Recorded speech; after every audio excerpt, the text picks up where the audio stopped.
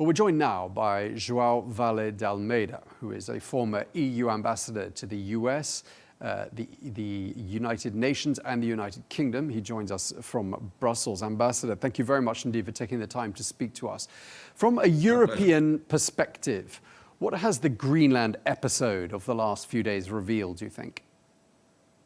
Well, you know, we have had a rocky 12 months since Mr. Trump's second inauguration, but the last few weeks have been particularly difficult. I would say that I think a few lines have been crossed for two reasons. One is Greenland, and the other one is also, attempts on and clear statements from the United States sort of meddling into European internal domestic political affairs. And these two lines are important lines because the Greenland one has to do with territorial integrity, the sovereignty of EU country, Denmark, and also Greenland. So these were tough moments, and they do not contribute to strengthen the transatlantic alliance. On the contrary.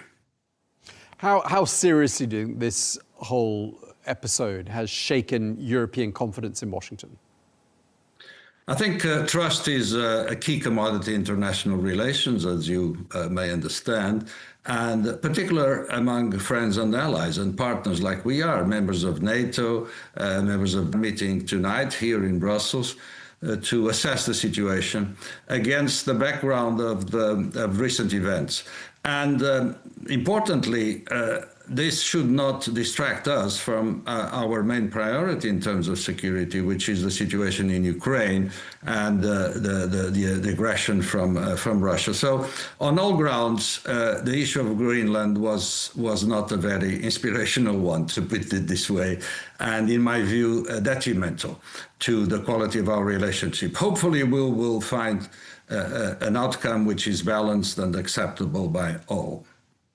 Do you think Europe could have handled this perhaps a bit differently? Do you think some lessons have been learned? Perhaps Europe could have reacted earlier, louder, put on a more united front?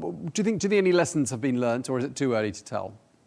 I think we are learning the right lessons from this first. And you would accept that Europe has done its best to accommodate, to understand, to not overreact to some of what has been said from Washington. And we made a trade deal in July. We have accommodated a number of points. We have shown capacity to try to understand where Mr. Trump is coming from. But as I said earlier, the recent weeks on the issue of interference in European political affairs and the issue of Greenland, they have deteriorated the climate. I understand and I support the way member states of the European Union and European leaders are reacting in the last few days. I think we were very clear saying there is a red line here. Partners don't challenge territorial integrity of other partners.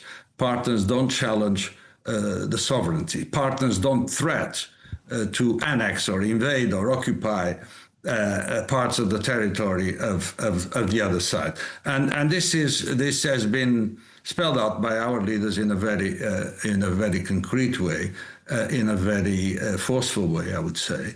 And maybe this has something to do with the fact that the president has backtracked on his initial threats and initial assumptions. And my hope is that we can find now a good balance outcome from this unfortunate episode. How do you think Moscow and Beijing viewed this whole saga? I mean, if you consider that a united West, a united front between Europeans and Americans is the last thing that maybe people want in Moscow or Beijing, you can conclude that they would be happy with allies, Western allies, having this kind of discussions and this kind of disputes or misunderstandings, to put it mildly. So I don't think what happened around Greenland or what happened around American comments on European internal affairs helps in any way the Western alliance. It may be welcomed by other capitals, and the ones you mentioned comes top of my mind. I mean, it can't be a coincidence that China issued this message this week of stability and predictability being key aspects to the relationships that it sought to create with European powers. Do you think China is now going to become a more attractive country for this week? And I know the UK is not in the EU any longer, but do you think perhaps that's a sign of the times and perhaps of a sense of reevaluating the relationship with Beijing? I normally like to say that the last thing Europeans want is to be forced to choose between the United States and China. But we need the United States to help us avoid that kind of situation. And recently, the US has not helped us making a very clear choice in terms of privileging the relationship with the United States. This being said, I don't see any signs that Europe is going to throw itself into the arms of our Chinese friends.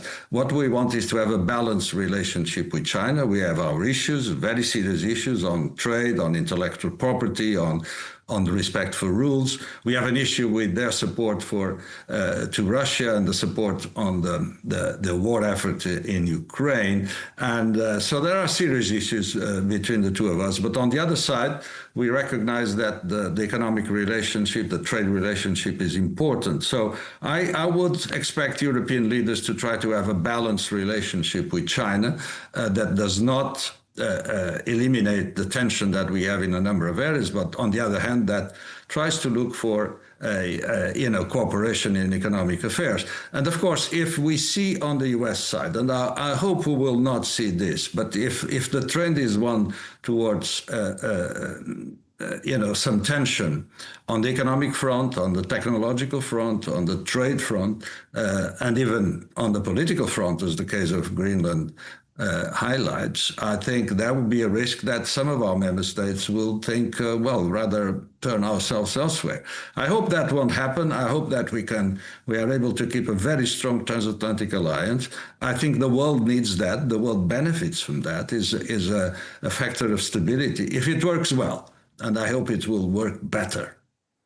One of the stars of the week, and I don't know if you'd agree with my assessment, some are saying is the NATO Secretary General, Mark Rutte, who's played a central role in diffusing this crisis. Some are calling him the Trump whisperer, and he's had to walk a very unenviable tightrope. I just wondered how you think he's performed, and do you think there is an argument that NATO, despite some bruises and some slight sense of humiliation in some capitals around Europe, NATO has emerged from all of this stronger?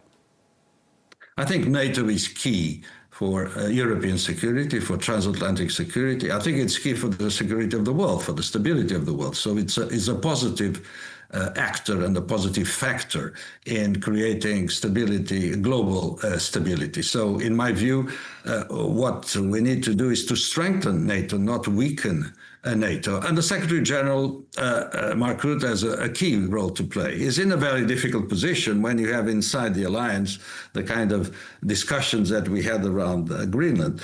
I don't know the details of the plan that is supposed to be agreed to have been agreed by President Trump, but I can imagine that we all share the principle and the concern about the security in the Arctic region. Because of climate change, there are new access that has been created across the Arctic region, and that can have a security dimension.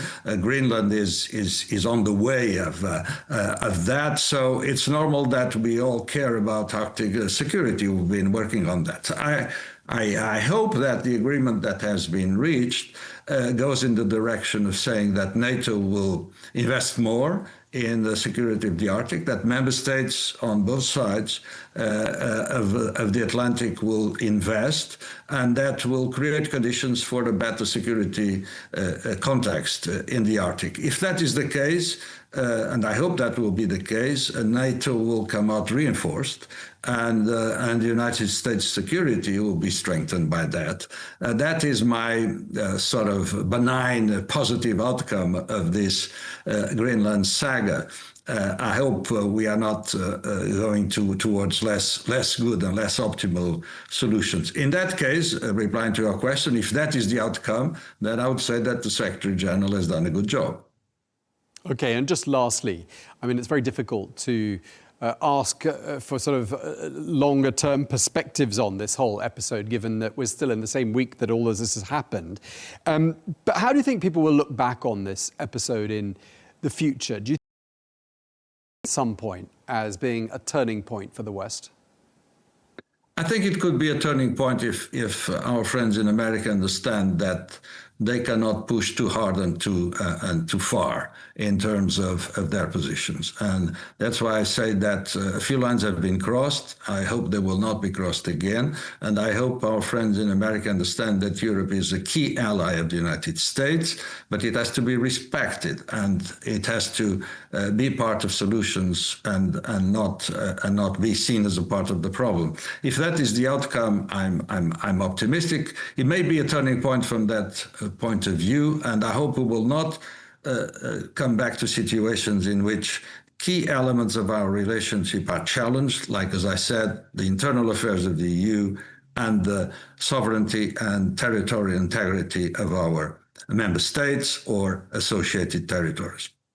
Okay, well, thank you very much indeed for taking the time to speak to us. My pleasure. João Vale de Almeida, thank you very much indeed, sir.